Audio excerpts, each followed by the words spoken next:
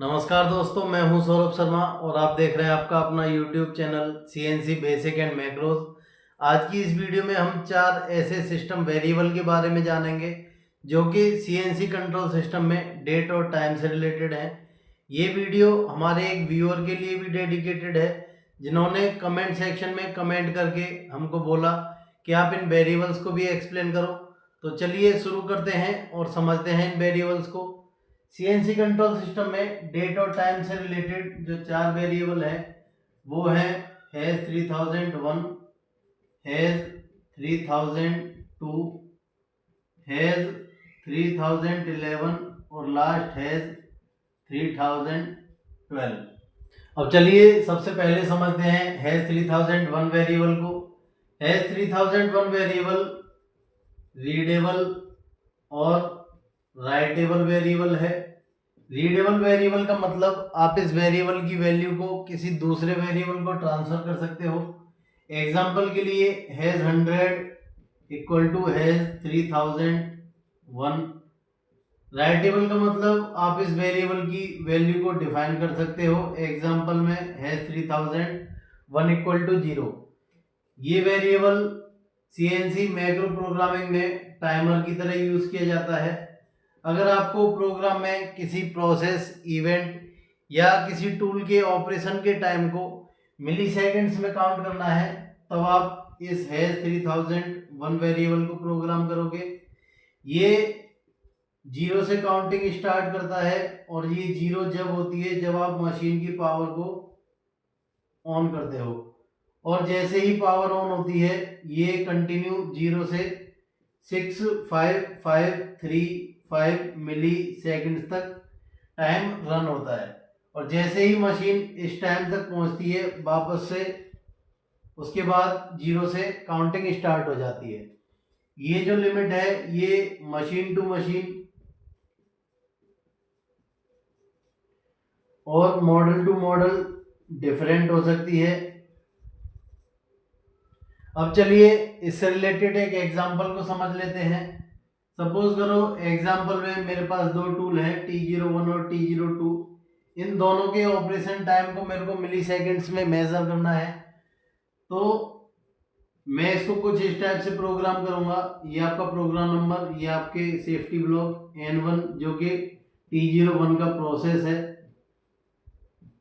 सबसे पहले मैं हैज 3001 जो वेरिएबल है उसकी वैल्यू को 0 कर दूंगा। उसके बाद मैं इस टूल के प्रोसेस को प्रोग्राम करूंगा और जहां प्रोसेस खत्म होता है वहां लास्ट में एक वेरिएबल को मैं इक्वल कर दूंगा हैज 3001 के। उसके बाद M01 N2 जो कि T02 के प्रोसेस है। उसके बाद जैसे मैंने ऊपर प्रोग्राम किया हैज 3001 की वैल्यू को 0 कर दिया। T02 यहाँ प्रोसेस खत्म होते ही मैं एक वेरिएबल लूंगा, उसकी वैल्यू को हैज 3001 के इक्वल कर दूंगा और M01। तो इस तरीके से आप इस वेरिएबल को प्रोग्राम करोगे। होगा क्या, जैसे ही मशीन N1 से आगे मूव करेगी तो यहाँ पर हैज 3001 जो वेरिएबल है उसकी वैल्यू 0 हो जाएगी।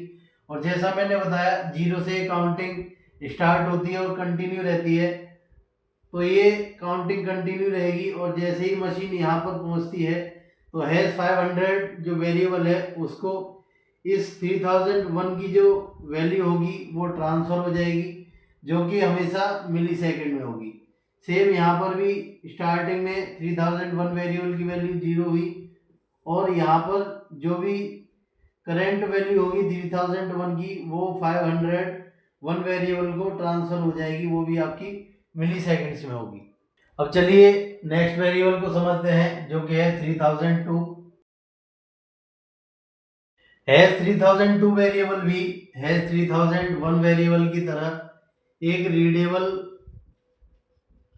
और राइटेबल वेरिएबल है। रीडेबल का मतलब आप किसी वेरिएबल की वैल्यू को इस वेरिएबल की वैल्यू ट्रांसफर कर सकते हो। एग्जांपल के लिए 502 नंबर का वेरिएबल जिसकी वैल्यू इक्वल है हैज 3002 के। राइटेबल का मतलब आप इस वेरिएबल की वैल्यू को डिफाइन भी कर सकते हो। ये वेरिएबल भी हैश 3001 वेरिएबल की तरह प्रोग्राम में टाइमर की तरह यूज किया जाता है।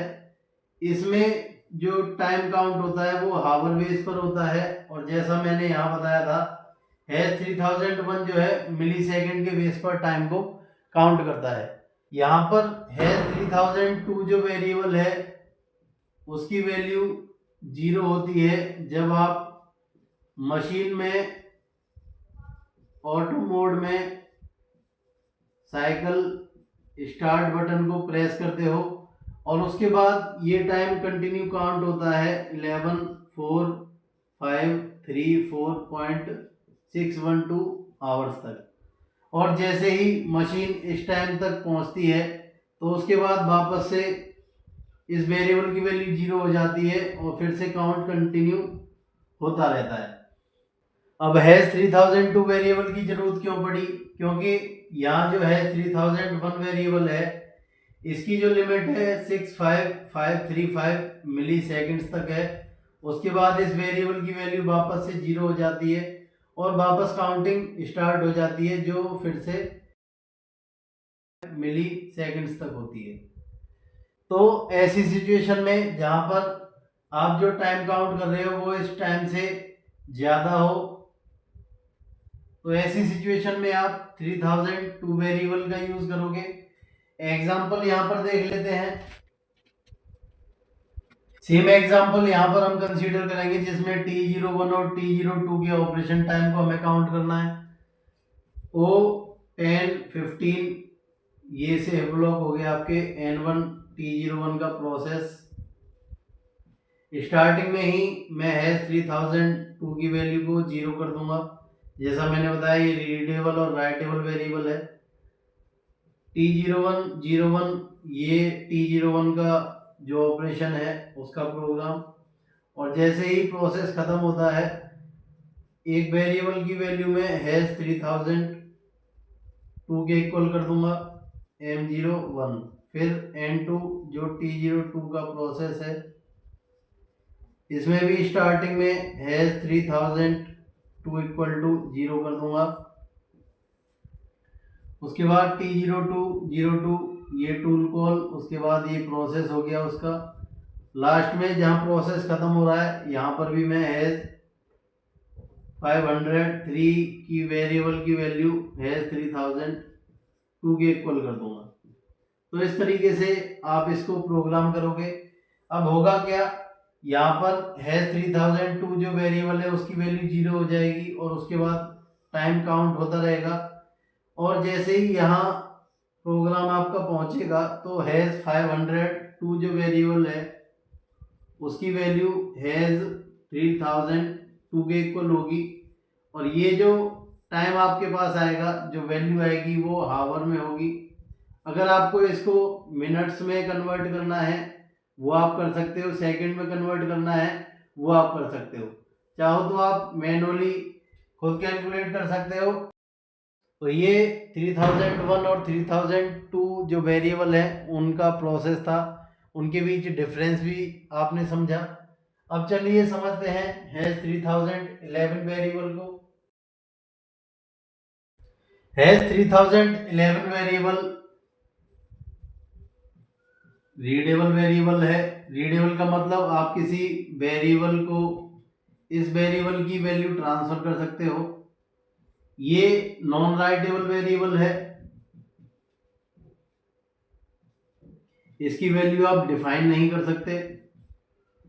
ये जो वेरिएबल है अपने अंदर जो वैल्यू स्टोर करता है वो करंट डेट होती है जो कि मशीन आपकी डिस्प्ले करती है, और इसका जो फॉर्मेट होता है वो है YY MM और DD, जिसमें स्टार्टिंग के जो 4 डिजिट होते हैं वो ईयर को रिप्रेजेंट करते हैं, उसके बाद के जो 2 डिजिट हैं वो मंथ को रिप्रेजेंट करते हैं, और लास्ट के जो 2 डिजिट हैं वो डेट को रिप्रेजेंट करते हैं। एग्जाम्पल के लिए मैंने प्रोग्राम में टाइप किया हैश 550 इक्वल टू हैश 3011। आपकी मशीन में जो डेट वो है 14 जुलाई 2009। तो यहाँ से जो है 550 वेरिएबल की जो वैल्यू होगी वो होगी 2009। जैसा मैंने बताया, स्टार्टिंग के 4 डिजिट आपके ईयर को रिप्रेजेंट करते हैं, उसके बाद के 2 डिजिट आपके मंथ को रिप्रेजेंट करेंगे और लास्ट आपके 2 डिजिट डेट को रिप्रेजेंट करेंगे। तो यहाँ से जो 550 वेरिएबल की वैल्यू होगी वो 20090714 मशीन में आपकी शो होगी। तो ये हैश 3011 वेरिएबल था। अब चलिए लास्ट वेरिएबल हैश 3012 को समझ लेते हैं। हैश 3012 वेरिएबल भी हैश 3011 की तरह रीडेबल वेरिएबल है, जिसमें आप इस वेरिएबल की वैल्यू को किसी दूसरे वेरिएबल को ट्रांसफर कर सकते हो। ये भी नॉन राइटेबल वेरिएबल है, इसकी वैल्यू को आप डिफाइन नहीं कर सकते। ये वेरिएबल अपने अंदर जो वैल्यू स्टोर करके रखता है वो करेंट टाइम की होती है, जो कि 24 आवर्स के फॉर्मेट में होती है। दूसरा जो वैल्यू होती है वो HHMMSS के फॉर्मेट में होती है, जिसमें स्टार्टिंग के जो 2 डिजिट हैं वो आवर को रिप्रेजेंट करते हैं, उसके बाद के 2 डिजिट मिनट्स को रिप्रेजेंट करते हैं और लास्ट के जो 2 डिजिट हैं वो सेकंड्स को रिप्रेजेंट करते हैं। अब सपोज करो आपकी मशीन में जो टाइम हो रहा है वो है 08:15 मिनट्स 39 सेकंड्स, जो कि पीएम में है।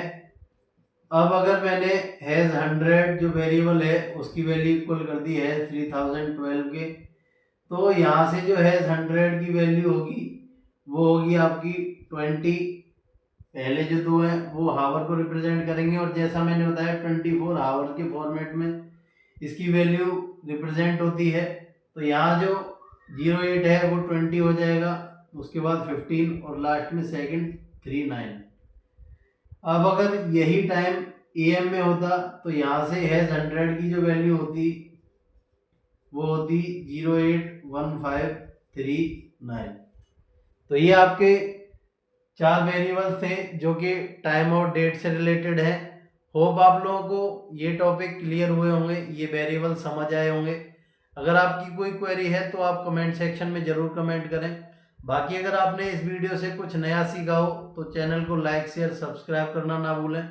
आपके एक लाइक शेयर सब्सक्राइब से आपका तो कुछ नहीं जाएगा, लेकिन हमें थोड़ा मोटिवेशन मिलता है अगली वीडियो बनाने के लिए। तो चलिए मिलते हैं अगली वीडियो में, तब तक के लिए नमस्कार।